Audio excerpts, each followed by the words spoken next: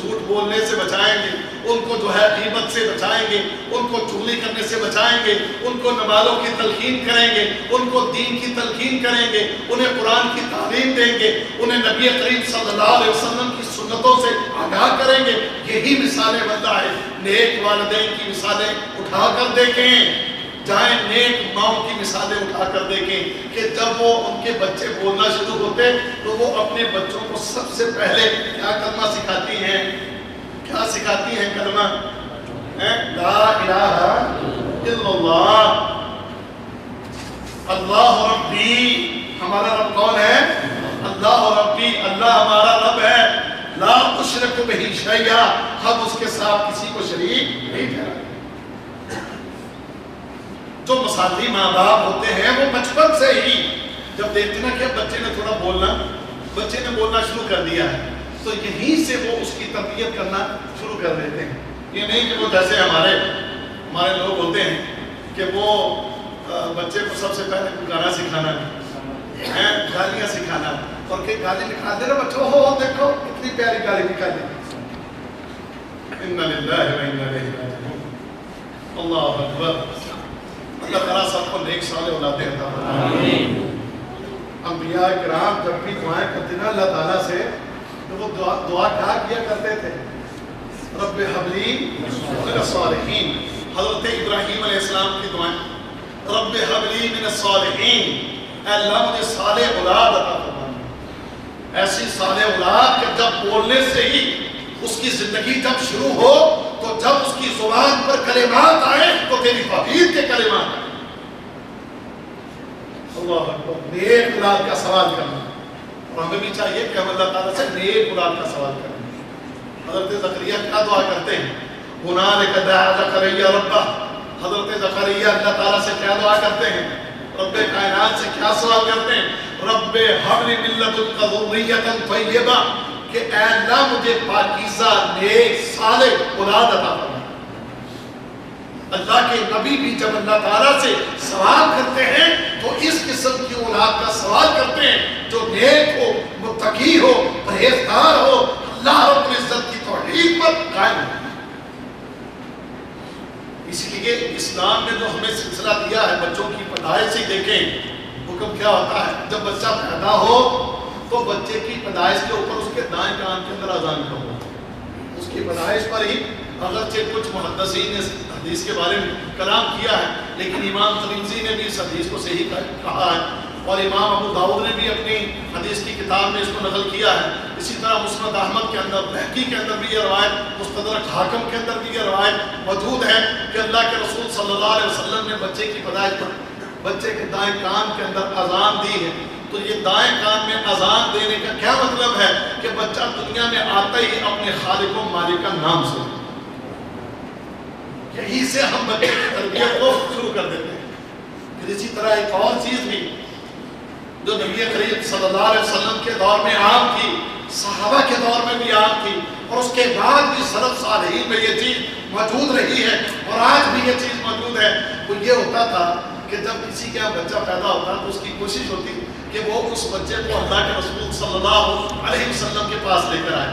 اور وہ لاتے اللہ کے رسول صلی اللہ علیہ وسلم کے پاس تو انہیں کہتے کہ اللہ کے رسول سب سے پہلے اس کی خوراک آپ کا لعاب دہن بننا چاہیے.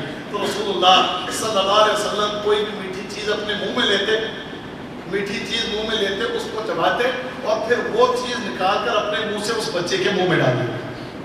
اس لیے کہتے ہیں عبداللہ بن زبیر رضی اللہ تعالیٰ عنہ جب مسلمان ہجرت کر کے مکہ سے مدینہ پہنچے تو ان مہاجرین میں سب سے پہلے پیدا ہونے والا جو بچہ ہے وہ عبداللہ بن زبیر ہے. اور عبداللہ بن زبیر کے منہ میں سب سے پہلے جانے والی جو خوراک ہے وہ نبی کریم صلی اللہ علیہ وسلم کا لعاب دہن ہے. نیک لوگوں سے، متقی پرہیزگار لوگوں سے، ان سے ہمارے پنجابی میں کہتے ہیں کرتی دیوان ہے. آپ کی ہندی میں کیا کہتے ہیں؟ کچھ نہیں کہتے. ہمارے پنجابی میں کہتے ہیں کرتی دینا. کسی نیک آدمی سے رسول اللہ صلی اللہ علیہ وسلم کے پاس صحابہ لے کر آتے اور اس طریقے سے اللہ کے رسول صلی اللہ علیہ وسلم اپنے منہ مبارک میں اس طریقے سے کھجور کو چبا کے اس بچے کے منہ کے اندر ڈال دیا کرتے ہیں۔ اسی طرح اس کے بعد بھی صحابہ کے دور کے اندر بھی اس طریقے سے لوگ کرتے رہے، اس کے بعد بھی سلف صالحین کے دور میں بھی یہ چیزیں جو ہے وہ عام دیکھنے کو اور سننے کو ملتی ہیں، احادیث کے اندر یہ چیزیں موجود ہیں۔ اس کا اثر بچے کے اوپر پڑ سکتا ہے یا نہیں، دونوں طرح کی پاسبلٹی ہے، ہو بھی سکتا ہے نہیں بھی ہو سکتا، کیونکہ ایسے موقع پر اگر کوئی کسی نیک بندے سے اگر کوئی اس طرح کا معاملہ کرواتا ہے تو اس نیک بندے کو چاہیے کہ وہ اس کے لیے دعا بھی کرے، کیونکہ اللہ کے رسول صلی اللہ علیہ وسلم کے پاس اگر اس طرح کو بچہ لایا جاتا تو اللہ کے نبی کریم صلی اللہ علیہ وسلم ساتھ ہی اس بچے کے لیے خیر و برکت کی دعا بھی کیا کرتے، اس کے نیک ہونے صالح ہونے کے لیے اللہ تعالیٰ سے دعا کیا کرتے، تو دعا بھی کرنی چاہیے۔ اسی طرح بچے کی تربیت کے لیے میرے بھائی ایک اور چیز کہ دیکھیں، ہمارے ایک معاملہ بچے کی پیدائش کے اوپر ہم مٹھائیاں بڑی بانٹ دیتے ہیں۔ بچہ پیدا ہوتا ہے تو بچے کے پیدا ہونے کے اوپر بڑے بڑے فنکشن ہو جاتے ہیں، مٹھائیاں تقسیم ہو جاتی ہیں، بڑی فضول خرچیاں ہو جاتی ہیں، لیکن دین کے ایک حکم کو جو ہے وہ پس پش ڈال دیا جاتا ہے۔ وہ کیا ہے؟ وہ بچے کا عقیقہ کرنا۔ اللہ کے رسول صلی اللہ علیہ وسلم نے فرمایا کہ بچہ اس وقت تک گروی ہوتا ہے کہ جب تک اس کا عقیقہ نہ کر دیا جائے۔ اب اس بچے کا عقیقے کے اوپر جو خرچہ آنا ہے، اس خرچے سے زیادہ خرچہ مٹھائیوں کے اوپر کر دیں گے، وہ بھگڑوں کے اوپر کر دیں گے، وہ فائرنگ کے اوپر کر دیں گے، نہ جانے کیسے کیسے فنکشن بنا لیں گے، لیکن بچے کا عقیقہ نہیں کرتے۔ پوچھا جائے اور جناب کیوں نہیں کیا، تو کچھ مختلف قسم کی لوگوں کی سوچ اور فکر ہوتی ہے، وہ کہتے ہیں 6-7 اکٹھے ہو کے تو دے لوائیں گے۔ ہمارے لوگوں کی یہ بھی ایک عام لوگوں کا یہ ذہن ہے کہ 7 عقیقے 7 حصے بنیں گے، ایک گائے ایک ہی دفعہ لے کر کر دیں گے، تو اس طرح کوئی عقیقہ نہیں ہوتا، اس طرح کوئی عقیقہ نہیں ہوتا۔ اور بعض کہتے نہیں ابھی کوئی ہماری صلاحیت پوزیشن ٹھیک نہیں تھی، یہ تیری مٹھائیاں بانٹنے کی پوزیشن تھی، لیکن اللہ کے رسول صلی اللہ علیہ وسلم کے اس حکم پر عمل کرنے کی تیری جو حیثیت نہیں تھی، اس میں فضول خرچیاں مٹھائیوں پر، اور یہاں تک کہ وہ بھانڈ مراسی آ جاتے ہیں، ان کو بیلے کرانے کے اوپر پیسے خرچ کر دیتے ہیں، لیکن عقیقے کے اوپر جو ہے پیسہ خرچ کرنے کے لیے تیار ہے۔ 2 جانور ہیں لڑکے کے اوپر اور لڑکی ہو تو ایک جانور ہے، اور اس کے لیے کوئی شرط نہیں ہے کہ وہ جو قربانی والی شرط ہے کہ دوندا ہو، 2 دانتا ہو، اور پھر اس کے لیے یہ ہو کہ جی بہت زیادہ صحت مند بکرا ہو، اس قسم کی ٹھیک ہے، اچھا جانور ہو، بہتر جانور ہو، اگر وہ 2 دانت کا نہیں ہے تو کوئی مسئلہ نہیں ہے۔ اللہ تعالیٰ نے جتنی آپ کو حیثیت دی ہے اس کے مطابق جانور خرید کے جو ہے بچے کا عقیقہ کر دیا جائے۔ اس طریقے سے بچے کے بارے میں کہ جو اللہ کے رسول نے فرمایا وہ گروی ہوتا ہے، وہ اس گروی ہونے سے آزاد ہو جاتا ہے۔ پھر اسی طرح بچے کے بارے میں ایک بھائی نے مجھے کہا کہ ختنے کے بارے میں بتائیے گا۔ اب ختنہ رسول اللہ صلی اللہ علیہ وسلم 7ویں دن کرتے ہیں۔ کتنے دن کرتے؟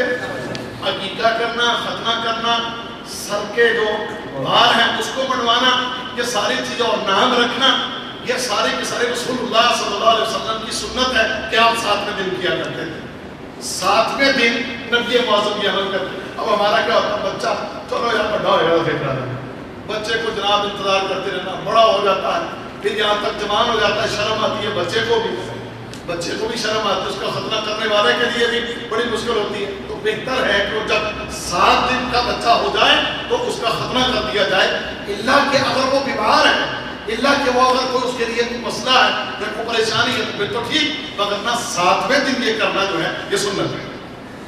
پھر نام رکھنے میں بھی کہ جب بچے کا نام رکھا جائے تو اچھے نام رکھے جائیں، اور یہ چیزیں سارے بچے کی تربیت سے متعلقہ ہیں۔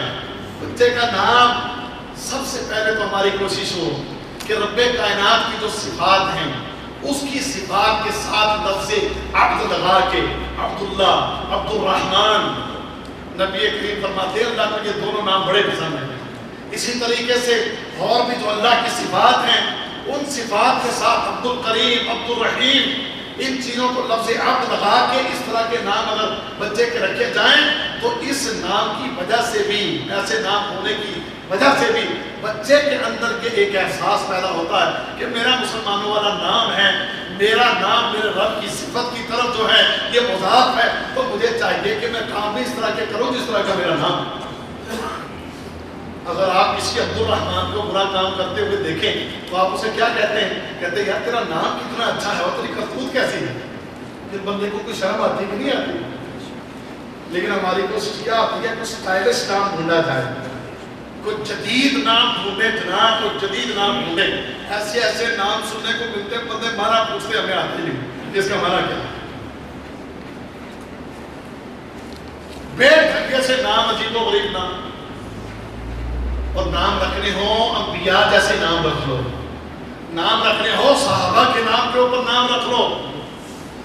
نبی کریم صلی اللہ علیہ وسلم کے ہاں بیٹا پیدا ہوا تو کیا فرمایا؟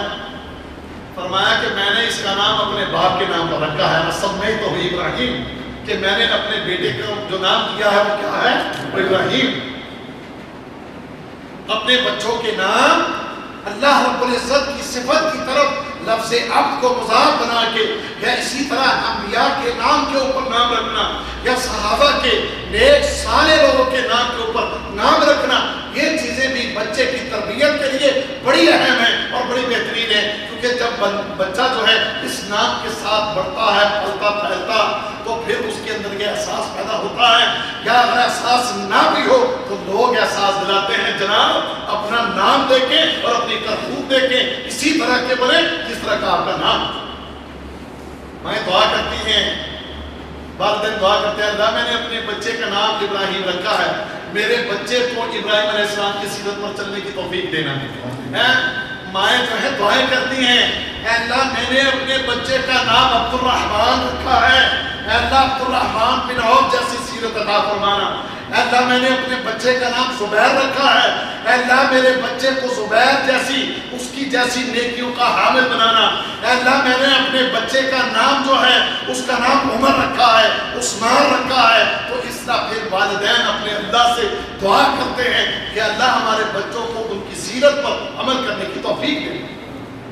تو یہ اچھے نام رکھنا بھی, کہ جب آپ نام رکھنے لگے تو اس کے اندر بھی چوائس اس قسم کی ہونی چاہیے, نہ کہ اس طرح کے ماڈرن اور جدید قسم کے نام رکھنے کی کوشش ہو کہ جس کا معنی بھی نہ آتا. اسی طرح میرے بھائی بولنے کی ابتدا کے بارے میں نے آپ لوگوں کو کہا, رسول اللہ صلی اللہ علیہ وسلم نے فرمایا کہ ہر بچہ فطرت اسلام پر پیدا ہوتا ہے, ہر بچہ,